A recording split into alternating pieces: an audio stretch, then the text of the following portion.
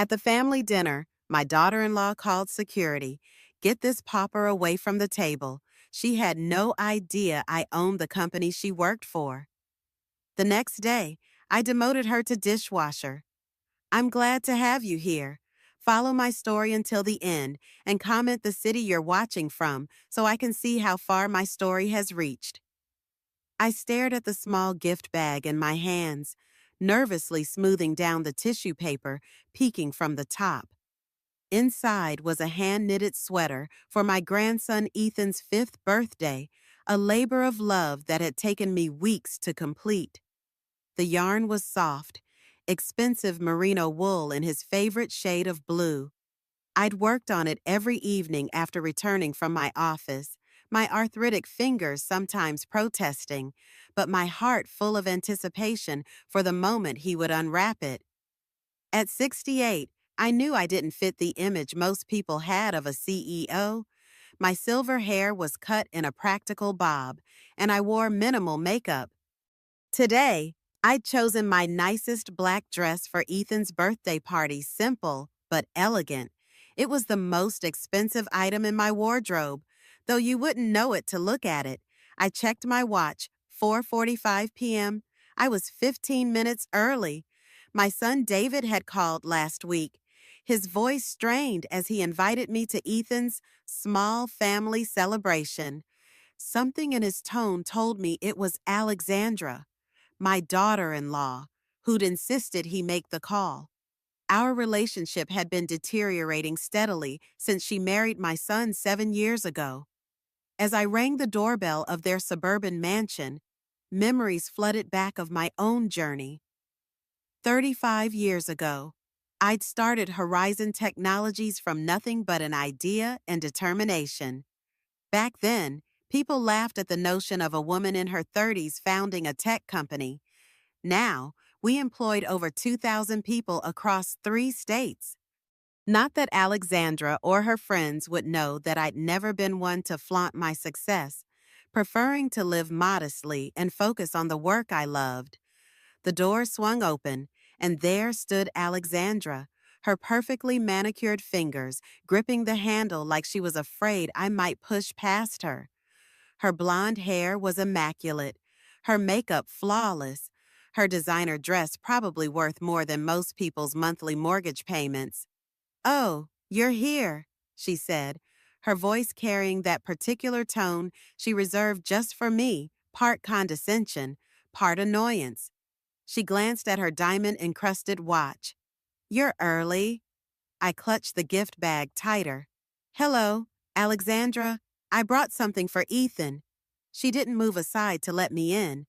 Instead, she looked me up and down, taking in my simple dress with obvious disapproval.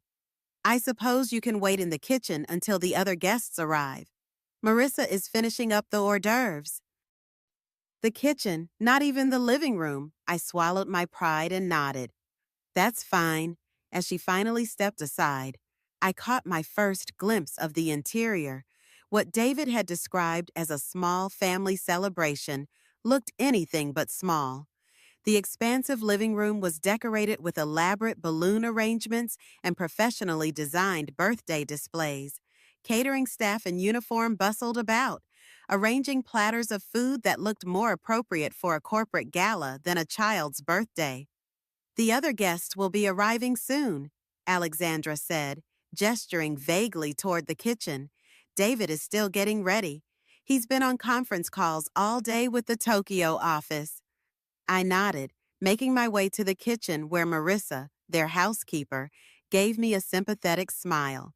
She was about my age, and we'd developed a quiet camaraderie over the years two older women often made to feel invisible in Alexandra's world. "Would you like some tea, Mrs. Wilson?" she asked quietly, careful that Alexandra wouldn't hear her treating me with respect. "That would be lovely, Marissa, and please, I've told you a dozen times to call me Joy." Over the next 30 minutes, the house filled with guests, not family as I'd expected, but couples who looked like they'd stepped out of a luxury magazine. The men in tailored suits, the women in designer dresses. their jewelry catching the light from the crystal chandelier David and Alexandra had imported from Italy last year. I recognized a few faces from the society pages of the local newspaper: business executives, a state senator, the wife of the hospital board chairman. These were Alexandra's people, the social circle she'd cultivated carefully since marrying my son, a successful investment banker whose career had skyrocketed in recent years. I remained in the kitchen, cradling my lukewarm tea, feeling increasingly out of place. Where was my grandson? Where was my son? Grandma Joy. The shout cut through the murmur of adult conversation like a beam of sunlight through storm clouds. I turned to see Ethan running toward me, his arms outstretched, his face alight with excitement. I set down my teacup just in time to catch him in a hug, breathing in his scent of birthday cake and that indescribable essence of childhood. "Happy birthday, sweetheart," I whispered, holding him close. "I've missed you so much." It had been nearly 2 months since I'd seen him. Alexandra always had excuses whenever I asked to visit Ethan, was too busy with activities. They had other plans. He wasn't feeling well. Always something. "I missed you too. Did you bring me a present?" His eyes sparkled with excitement. I laughed, reaching for the gift bag. "Of course I did. I made you something special." "Ethan." Alexandra's sharp voice interrupted our moment. She appeared in the kitchen doorway, her expression tight with disapproval. "What are you doing in here? Your friends from preschool just arrived." "I was saying hi to Grandma," he protested, still clutching my hand. Alexandra's gaze flicked from Ethan to me, then to the gift bag. "You can open presents later, honey. And remember what we talked about: Grandma needs to wash her hands first before touching you. She's been on public transportation." My cheeks burned with humiliation. I hadn't been on public transportation. I'd driven my modest Honda, which was perfectly clean. But more importantly, she was treating me like I was somehow contaminated. "I washed my hands when I arrived. Alexandra," I said quietly. She ignored me, turning to Ethan. "Go play with Tyler and Madison. They brought you that robot you wanted." Ethan hesitated, looking at me with confusion, but eventually let go of my hand. "Can Grandma come too?" "Grandma will join everyone for dinner soon," Alexandra said, ushering him out. Over her shoulder, she added, "The dining room is through there. We're seating in 15 minutes. After they left, I stood alone in the kitchen, my gift bag dangling from my fingers, fighting back tears that threatened to spill. Marissa appeared beside me, gently touching my arm. "She treats everyone like that," she whispered. "Not just you." I managed a weak smile. "That doesn't make it better. Marissa, that makes it worse." When I finally made my way to the dining room, I discovered the elaborate seating arrangement. A massive table stretched beneath another crystal chandelier, set with china I'd never seen before. Name cards marked each place, and mine was at the far end, separated from David, Ethan, and Alexandra, who sat together at the head of the table. Between arranging my napkin and making stilted conversation with the hospital chairman's wife on my left, I caught David's eye once. He offered a weak smile and a small wave, but when Alexandra whispered something in his ear, he quickly looked away. My heart sank further. The little boy I'd raised, who used to stand up to playground bullies and give his lunch money to classmates who forgot theirs, couldn't even stand up to his wife on behalf of his mother. The first course arrived, some kind of seafood appetizer that probably cost more than I typically spent on groceries for a week. Not that I couldn't afford it, I simply chose to live below my means, investing in my company and my employees rather than ostentatious displays of wealth. "So, Joy," Alexandra's voice rang out suddenly, causing conversations around the table to pause. "David tells me you're still working at that little cleaning company." The way she said little made it sound like something distasteful. Several guests turned to look at me, their expressions a mixture of pity and curiosity. Heat rose to my cheeks, but I kept my composure. I own a business, I replied quietly, not wanting to cause a scene at my grandson's birthday party. Alexandra laughed, a sound like ice clinking in a glass. Oh, how sweet. A business. She turned to the state senator's wife beside her. Joy does office cleaning. Very humble work. The woman nodded politely, but I caught the subtle shift in her posture, the way she angled herself slightly away from me. It was a movement I'd seen countless times throughout my life, the unconscious recoil people have when they believe they're in the presence of someone beneath their social station. I tried to eat, but each bite felt like sand in my mouth. Around me, the conversation flowed about vacation homes in the Hamptons, private school decisions, and investment portfolios. I had nothing to contribute to these topics, or rather, nothing they would want to hear from someone they believed was a cleaning lady. What would they think if they knew I could buy and sell most of them? That the little cleaning company Alexandra mocked was actually Horizon Technologies, a industry leader in corporate cybersecurity with government contracts and a waiting list of Fortune 500 clients. But that wasn't the point. Even if I were a cleaning lady, I deserved basic respect, especially from my son's wife, especially at my grandson's birthday party. It was during dessert that everything fell apart. Ethan had escaped from the children's table and climbed onto my lap, chocolate cake smeared on his fingers. Grandma, will you tell me the story about the princess who saved herself? He asked. It was our tradition, a story I'd made up years ago about a princess who didn't need rescuing because she was clever and strong. Before I could begin, Alexandra was standing, her face flushed with anger. Ethan, get down from there right now. Her voice was sharp enough to cut glass. You'll get your clothes dirty. But Mom, I want to hear Grandma's story, he protested. Now. She lifted Ethan from my lap, her movements rough enough to make him whimper. Then she turned to me, her eyes blazing. I think it's time for you to leave. The dining room fell silent. Even the man who'd been monopolizing conversation about his business deals stopped mid-sentence. I felt 20 pairs of eyes boring into me, witnessing my humiliation. Alexandra, please, I started, my voice barely above a whisper. It's Ethan's birthday. Security, she called out loudly, though there was no security present. Could you please escort this woman out? She's disturbing our family dinner. David stood slowly, his face pale. Alexandra, that's my mother.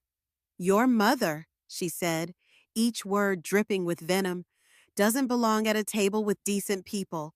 Look at her, David. She's embarrassing you, embarrassing us, embarrassing our son. I don't remember standing up. I don't remember walking to the door.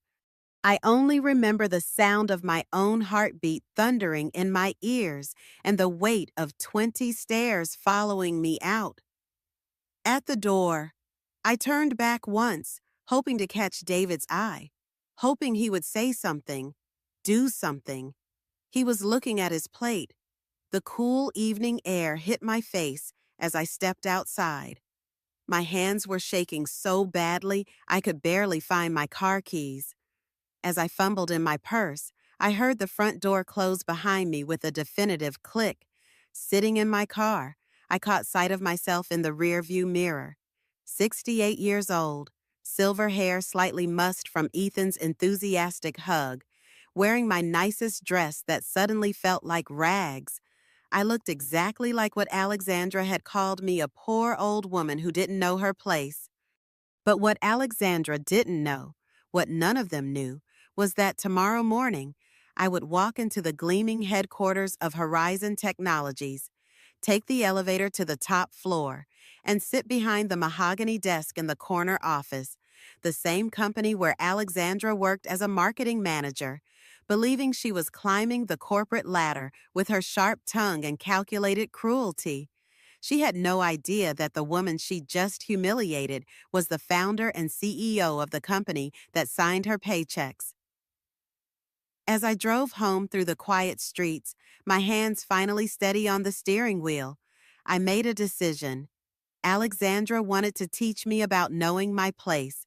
Tomorrow, I would teach her about knowing hers. The next morning, I arrived at Horizon Technologies at 6:30 a.m., 2 hours before my usual time. I needed privacy for what I was about to do. The building stood silent in the early dawn light, its glass facade reflecting the pale sky. I designed this building myself 15 years ago when we'd outgrown our previous location. Every detail, from the sustainable materials to the ergonomic workspaces, reflected my vision of what a modern company should be: innovative, responsible, and human-centered. The security guard, Miguel, looked surprised to see me so early. "Morning, Mrs. Wilson. You're here bright and early today." "Couldn't sleep," I told him, which was the truth. I'd spent most of the night replaying every moment from dinner, every cruel word, every pitying glance from the other guests. My office occupied the entire northeast corner of the 42nd floor. Floor-to-ceiling windows offered a panoramic view of the city, but this morning I barely glanced at it. Instead, I went straight to my computer and pulled up the employee database. Alexandra Mitchell Wilson, Marketing Manager, Digital Campaigns Division, hired 18 months ago. I stared at her employee photo, that same condescending smile she'd worn last night when she called security to remove me from my grandson's birthday party. According to her file, she'd impressed the hiring manager with her dynamic personality and innovative approaches to client engagement. Her salary was more than most people made in 2 years. I clicked deeper into her records: performance reviews, project assignments, colleague feedback forms. What I found made my stomach turn. 3 formal complaints filed against her in the past year, all from older employees. Eleanor Chen, 61, from accounting, complained that Alexandra had publicly humiliated her during a budget meeting, calling her methods outdated and suggesting she step aside for someone who understands modern business. The complaint was dismissed after Alexandra claimed she was simply advocating for efficiency. Robert Thompson, 58, from ET Support, reported that Alexandra had demanded he work overtime on her personal projects while berating him about his slow processing speed and inability to keep up with younger minds. Again, dismissed after Alexandra's supervisor vouched for her high standards. The third complaint came from Martha Rodriguez, 63, a custodial supervisor. Alexandra had apparently complained to HR that Martha was unprofessional and couldn't understand basic instructions after Martha didn't immediately move a meeting room cleaning to accommodate Alexandra's last-minute schedule change.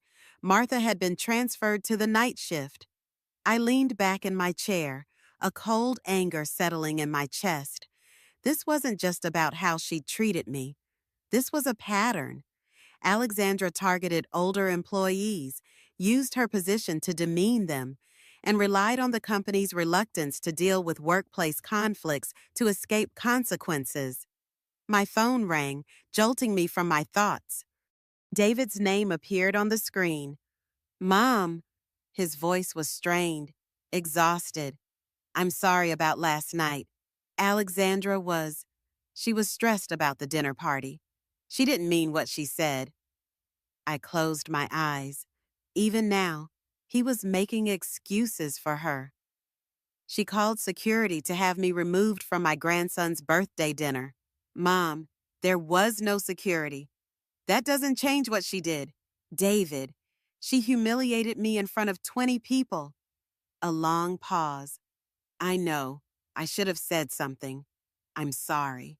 His voice cracked slightly. "But you know how she gets when she's planning these events. Everything has to be perfect. Perfect. as if my presence somehow tainted their perfect life. I need some time to think, I told him. Of course, but Mom, maybe next time if you could dress up a little more. You know how important appearances are to Alexandra's friends. After I hung up, I sat in silence for a long time.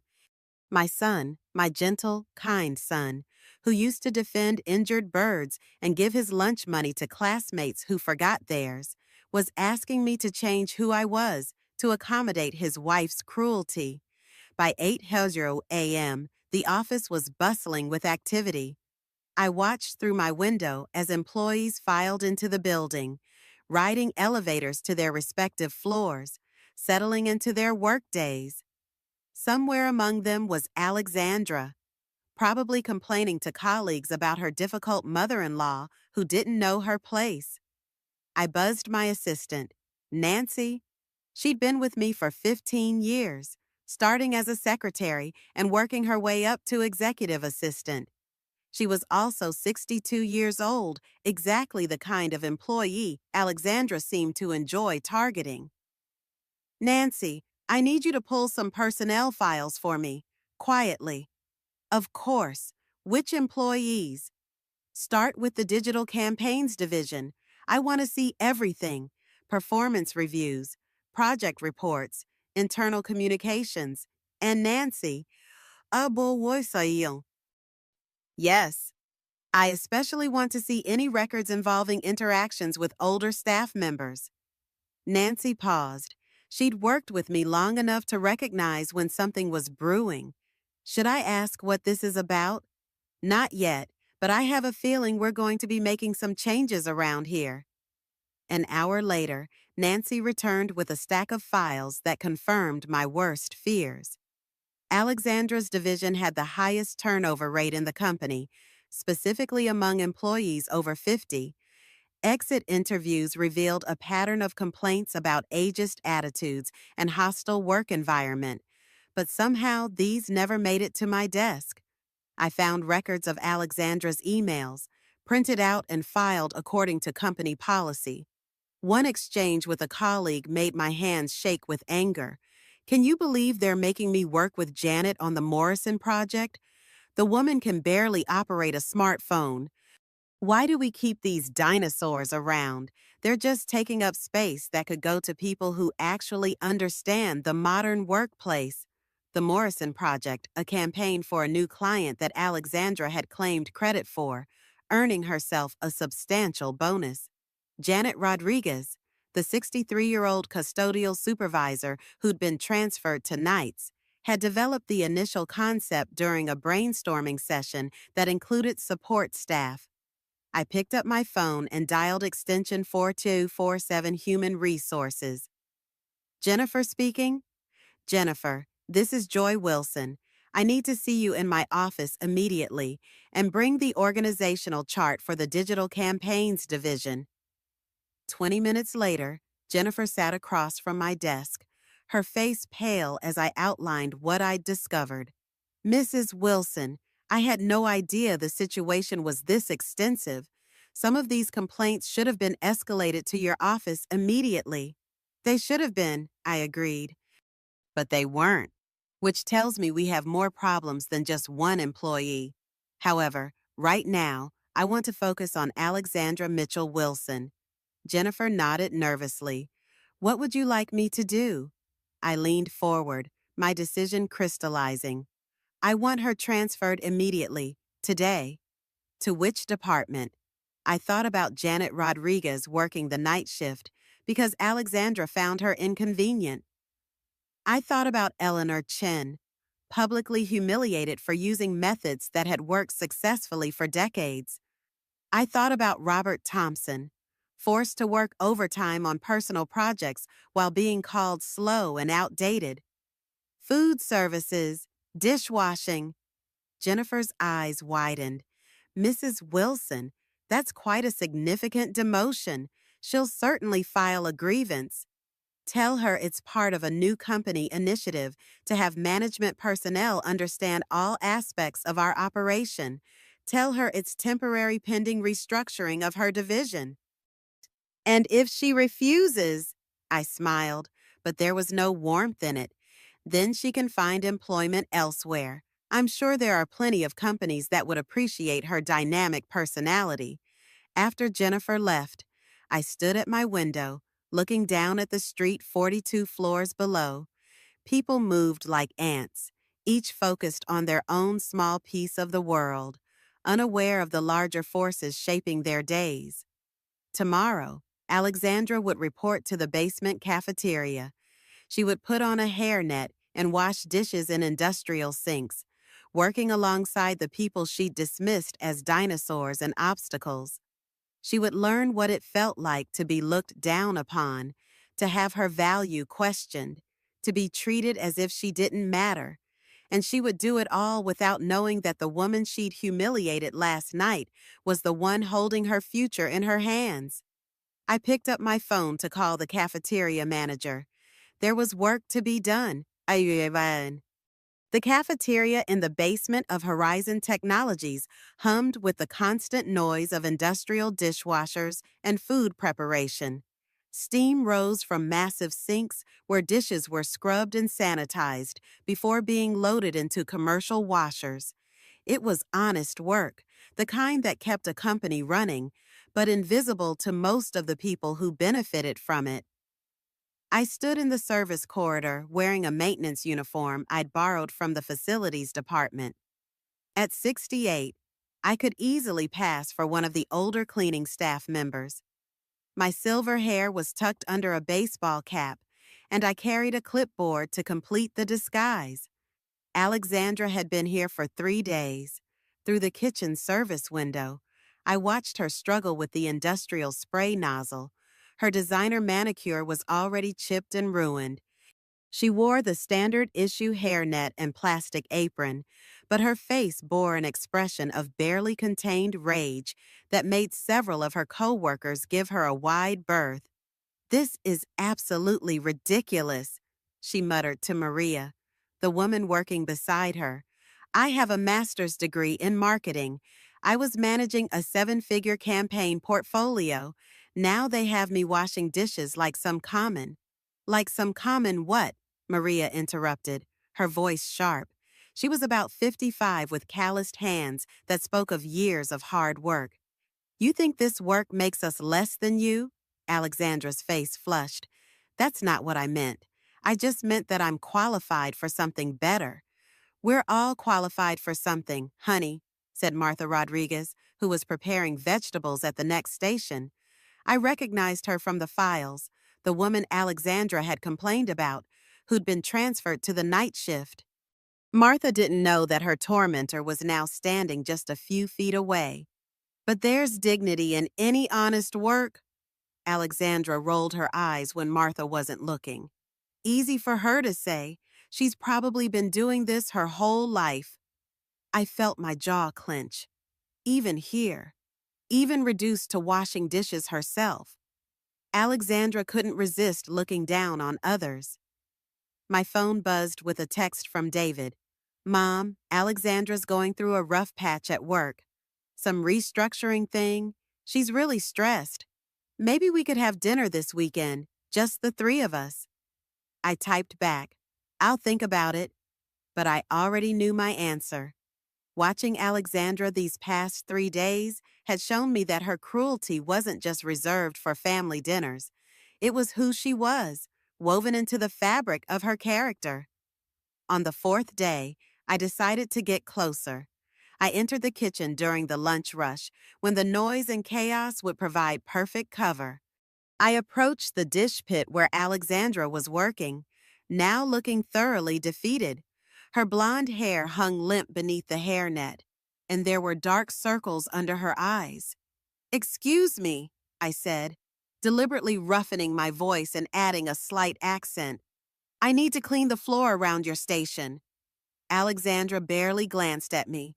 "Whatever. Just don't get in my way."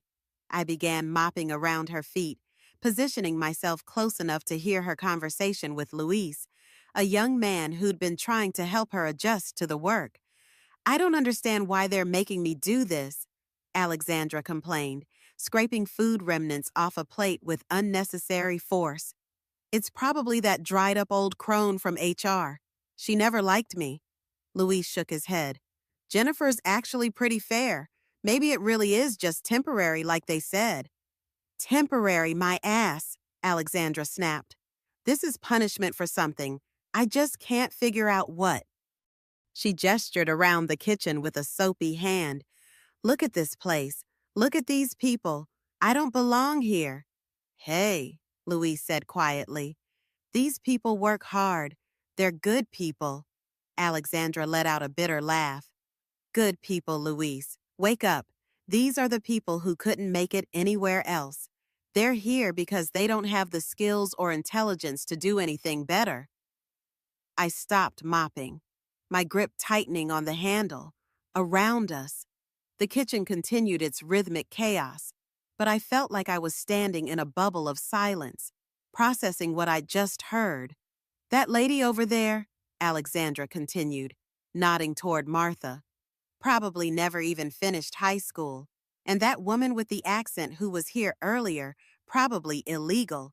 They should be grateful for any work they can get. Luis looked uncomfortable. Alexandra, that's not true. Alexandra's voice rose slightly. Look, I know it sounds harsh, but some people are meant to lead and some people are meant to follow. Some people are meant to create value and some people are just maintenance. Just maintenance, as if the people who kept the company running, who ensured that employees like her former self could focus on their important work, were somehow less human.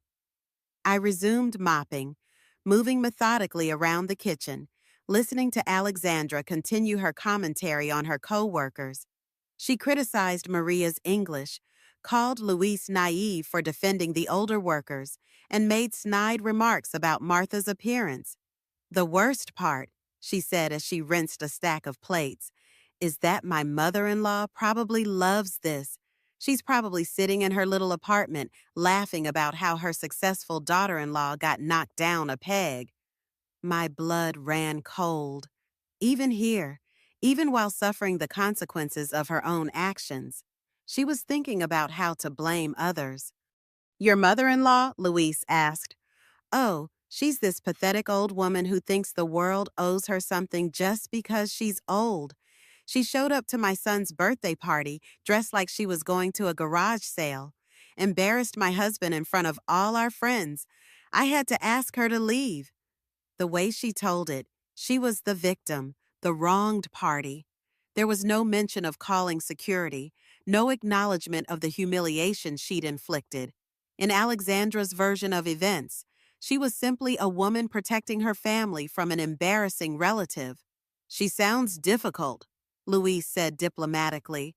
She's a bitter old woman who's jealous of what we've built, Alexandra replied. She spent her whole life doing manual labor, and she can't stand that her son married someone with class, someone with education. She wants to drag us down to her level.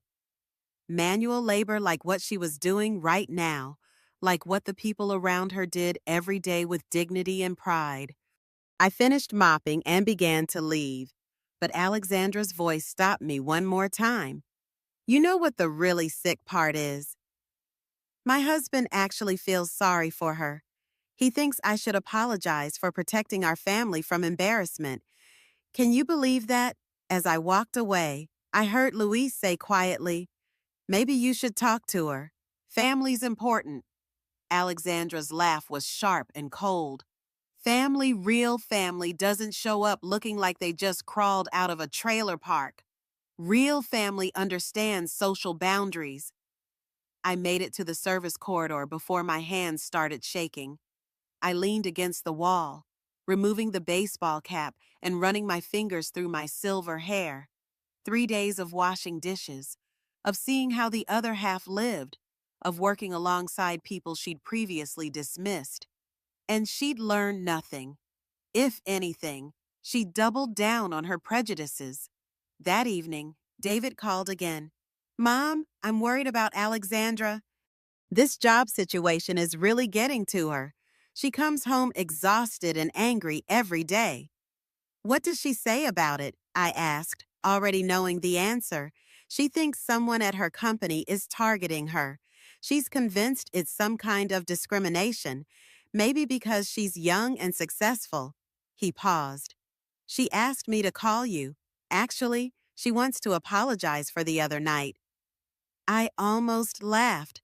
Alexandra wanted to apologize, not because she felt genuine remorse, but because she needed allies.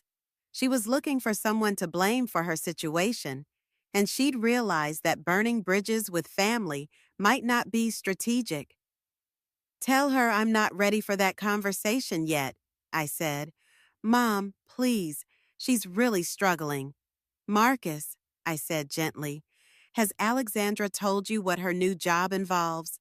Some kind of cross-training program, learning different aspects of the business. Cross-training, not washing dishes, not working alongside the people she'd spent months belittling. Even to her own husband, she couldn't admit the truth of her situation. I see, I said. Well, I'm sure she's learning a lot. After I hung up, I sat in my quiet apartment, thinking about the woman I'd observed for 3 days. Tomorrow, I would reveal myself. Tomorrow, Alexandra would learn that the pathetic old woman she'd humiliated held her future in her hands. But first, I wanted to see how she would react when she realized that everything she thought she knew about power and position had just turned upside down. I arrived at the office earlier than usual on Friday morning. My decision had crystallized during a sleepless night. Watching Alexandra for nearly a week had confirmed what I'd suspected. She wasn't learning empathy from her experience in the kitchen. She was learning resentment. Nancy looked up as I entered, noting the determined set of my shoulders. Good morning, Mrs. Wilson. You look like a woman with a mission today. That's because I am, I replied, hanging my coat on the rack. Nancy, I need you in my office for a strategy session, and bring the personnel files on Eleanor Chin, Robert Thompson, and Martha Rodriguez. Once inside my office with the door closed, I shared everything with Nancy, from the birthday party humiliation to my discoveries about Alexandra's behavior at work, to my observations in the cafeteria disguised as a maintenance worker. Nancy's eyes widened as I spoke. When I finished, she shook her head slowly. Joy, in 15 years, I've never seen you like this. Like what? Personal. This isn't just about workplace harassment anymore, is it? I sighed, gazing out at the skyline. No, it's not. But perhaps it should have been. I've spent 35 years building this company on principles of respect and fairness. I've overlooked behavior that contradicts those principles because it didn't affect me personally. That stops today. Nancy nodded. What's your plan? First, I need to understand how these complaints were dismissed. Get me Mark Daniels from HR. Mark was Jennifer's boss, the HR director who should have reviewed these cases. When Mark arrived 30 minutes later, he looked nervous. At 55, he'd been with the company for 12 years and had always struck me as competent, if somewhat risk-averse. Mark, please explain to me how 3 formal complaints against Alexandra Wilson were dismissed without reaching my desk. He shifted uncomfortably. Mrs. Wilson, our standard procedure is to address complaints at the department level first. Ms. Wilson's supervisor, Thomas Green, vouched for her performance and attributed the complaints to resistance to her innovative methods. Innovative methods, I repeated, my voice dangerously quiet. Is public humiliation innovative now? Is forcing overtime work on personal projects? Innovative is having someone transferred to night shift because they couldn't accommodate a last-minute demand. Innovative. Mark paled. When you put it that way, I'm not putting it anyway, Mark. I'm stating facts documented in our own system. I slid the complaints across my desk. Three employees with a combined 62 years at Horizon Technologies were effectively silenced because a manager with 18 months tenure was considered more valuable. There were mitigating circumstances. There always are, I interrupted. But our policy clearly states that patterns of behavior require executive review. 3 complaints in 12 months is a pattern. Mark nodded, defeated. You're right. I should have elevated these cases. I take full responsibility. I softened slightly. Mark wasn't the real problem here. I don't want your resignation. Mark, I want solutions. Starting with a complete overhaul of our complaint review process. By the end of next week, I want a proposal on my desk for a system that protects all employees, regardless of age or position. After Mark left, Nancy returned with more disturbing findings. It's worse than we thought. The turnover rate among employees over 50 in Alexandra's division is 43% higher than company average. Exit interviews show a pattern of voluntary resignations following negative performance reviews, all conducted by Alexandra. My jaw tightened. She's been systematically pushing them out. Appears that way. And here's something else interesting. Nancy handed me another file. Alexandra's personnel file from her previous employer. She listed Thomas Green as a reference. Her current supervisor, they knew each other before she joined Horizon. Nancy nodded. They worked together at Meridian Marketing 5 years ago. That might explain why he's been so quick to dismiss complaints against her. The pieces were falling into place. Alexandra had built herself a safety net, ensuring her behavior would be protected by someone in authority. Nancy, schedule a meeting with Alexandra for Monday morning, 10 o'clock, my office. Are you going to fire her? I considered this.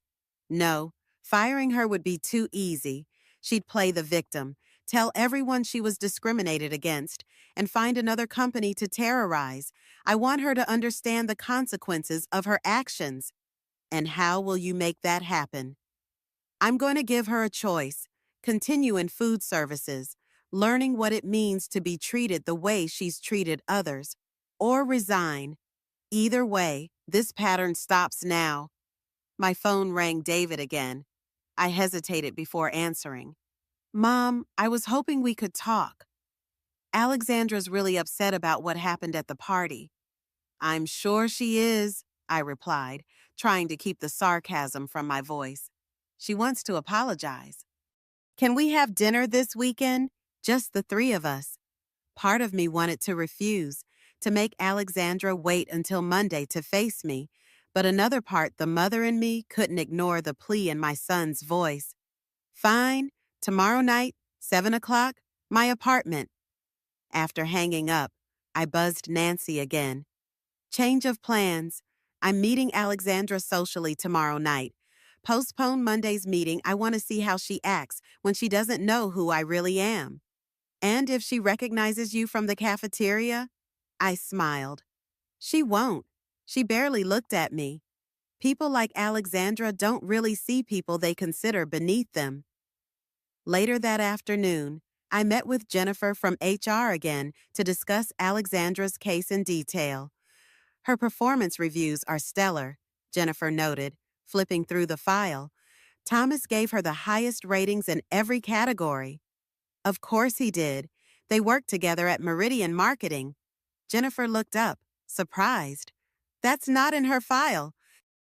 No, it's not, which raises questions about the objectivity of her evaluations. I leaned forward. Jennifer, I need you to contact Eleanor Chen, Robert Thompson, and Martha Rodriguez. I want to hear their stories directly. Martha Rodriguez is the only one still with the company. The others resigned. This news hit me like a punch to the stomach. Find them. Offer to meet wherever they're comfortable. And Jennifer. I paused, making sure she understood the gravity of my request. Tell them I'm personally reviewing their cases. The next morning, Saturday, I woke early despite my late night reviewing files. I spent the day preparing for my dinner with David and Alexandra, not just mentally, but physically transforming my apartment. I lived in a modest two-bedroom condo downtown. It wasn't luxurious by most standards, but it was comfortable and paid for. I'd chosen it for its proximity to the office and the city's cultural amenities, not to impress anyone. But today, I removed most of the personal touches, the family photos, the awards from business organizations, anything that might hint at my true identity. I replaced them with generic art from my storage closet. I even changed my silk bedding to cotton and hid my designer clothes in the spare bedroom. If Alexandra was going to continue believing I was a struggling cleaning lady, I needed my home to reflect that image, not because I was ashamed of simplicity. I'd grown up poor and remained proud of my humble beginnings, but because I needed to see how she would treat me when she thought she had all the power. At 6:55 p.m., my doorbell rang. I took a deep breath, checking my reflection one last time. I'd deliberately dressed down in slacks and a simple sweater, nothing that would suggest the income of a CEO. David stood at the door, a bottle of wine in hand. Behind him, Alexandra wore a forced smile that didn't reach her eyes. Her designer outfit probably cost more than most people's monthly rent. Mom, David embraced me warmly. Thanks for agreeing to this. Of course. I stepped back to let them in, watching Alexandra's face as she surveyed my apartment. Her expression shifted from polite interest to barely concealed disdain as she took in the modest furnishings. What a cozy place, she said, emphasis on cozy, making it clear she meant small. It suits me, I replied simply. Please, sit down. Dinner is almost ready. I'd prepared a simple but delicious meal roast chicken with vegetables and a salad. Nothing fancy, but good, honest food. The kind I'd grown up eating before business success had introduced me to five-star restaurants and private chefs. Alexandra has something she wants to say, David prompted as we sat at my small dining table. Alexandra smoothed her napkin over her lap, her diamond rings catching the light. Joy, I want to apologize for what happened at Ethan's party. I was under a lot of stress, and I'm afraid I wasn't myself. The apology sounded rehearsed, empty of genuine remorse. Still, I nodded. Thank you for saying that. It's just that these events are so important for David's career. The people there were very influential, and appearances matter so much in our circle. And there it was not an apology at all, but a justification. I understand, I said quietly. Appearances can be deceiving. David jumped in, clearly eager to move past the awkwardness. Mom, Alexandra's been having a tough time at work, some kind of reorganization. Oh, I looked at Alexandra with feigned interest. What's happening? She hesitated, clearly uncomfortable discussing her demotion. It's a temporary situation, some kind of cross-functional training program. Very tedious. What kind of training? I pressed gently. Just learning other aspects of the business. It's beneath my qualifications, but my supervisor assures me it's temporary. David squeezed her hand supportively. Alexandra's being considered for a promotion, so they want her to understand all aspects of operations. I nearly choked on my water. A promotion, is that what she'd told him? That sounds like a valuable experience, I managed to say. Learning how every part of a company functions can give you perspective. Alexandra's smile tightened. I suppose, though I failed to see how washing dishes improves my marketing skills. David looked confused. Washing dishes? You said you were shadowing operations managers. A flush crept up Alexandra's neck. Well, part of it involves observing food service operations. It's all very boring, really. I changed the subject, asking about Ethan, and dinner proceeded without further incident. Alexandra was polite but distant, clearly counting the minutes until they could leave. As they were preparing to go, David excused himself to use the bathroom, leaving Alexandra and me alone for a moment. Your apartment really is quaint, she said, glancing around. Have you thought about downsizing at your age? Maintaining even this much space must be challenging. I manage just fine, I replied evenly. I'm sure you do. It's just that David worries about you living alone. We've been discussing assisted living options that might be more appropriate for someone in your situation. My blood ran cold. They'd been discussing my living arrangements without consulting me. My situation, you know, she gestured vaguely. Your age, your limited income. There are some very nice facilities that accept subsidized payments. Before I could respond, David returned. Alexandra's mask of concern slipped back into place so quickly it was almost impressive. After they left, I sat in my living room, processing what had just happened. Alexandra's apology had been nothing but an attempt to pacify David. She'd lied to him about her job situation. And most disturbing of all, they were discussing putting me in a home not out of concern for my well-being, but to remove an embarrassing element from their perfect life. Monday couldn't come soon enough. Sunday morning, I received a text from Jennifer. Martha Rodriguez agreed to meet today. Coffee shop on Elm Street, 2 p.m. I arrived early, choosing a quiet corner table. Martha was punctual, arriving exactly at 2. She looked nervous, clutching her purse tightly as she approached. Mrs. Wilson, I'm Martha Rodriguez. Please, call me Joy. I gestured to the chair opposite me. Thank you for meeting on a Sunday. Martha settled herself, still looking uncertain. When Jennifer called, I was surprised. I didn't think anyone cared about what happened with Ms. Wilson. I care very much, I assured her. Would you mind telling me your experience in your own words? Martha's story was worse than the dry complaint form had indicated. Alexandra had not only demanded last-minute cleaning of a conference room, but had berated Martha in front of her staff when she explained they needed to finish another area first. She said, "This is why you people will never advance. You can't prioritize important requests from management." Martha's voice trembled slightly at the memory. 20 years I've worked at Horizon. Never had a complaint. Then she comes in and suddenly I'm incompetent. What happened after you filed the complaint? Mr. Green called me in, said Ms. Wilson was under pressure to deliver results, said I needed to be more flexible. Next thing I know, I'm transferred to night shift. She looked down at her hands. My husband works days. We barely see each other now. My chest tightened with anger and shame. This had happened in my company, under my watch. Martha, I want you to know that your complaint should never have been dismissed.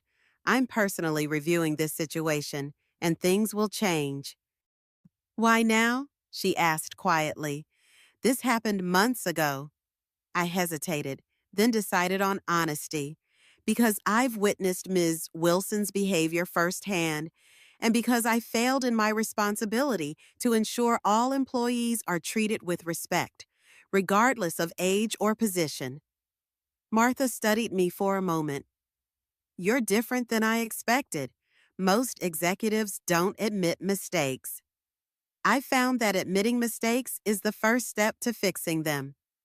After meeting with Martha, I spent the rest of Sunday preparing for my confrontation with Alexandra. I reviewed company policies, drafted new guidelines for handling complaints, and made notes for a complete restructuring of the digital campaigns division. Monday morning arrived with a sense of inevitable reckoning. I dressed with particular care my most expensive suit, subtle but elegant jewelry, hair perfectly styled. Today, Alexandra would see me not as the maintenance worker from the cafeteria or the embarrassing mother-in-law, but as Joy Wilson, CEO and founder of Horizon Technologies. At 9:30, I called Nancy into my office. Is everything ready? She nodded. Alexandra will be here at 10. Thomas Green has been informed that you're conducting a performance review but doesn't know the specifics.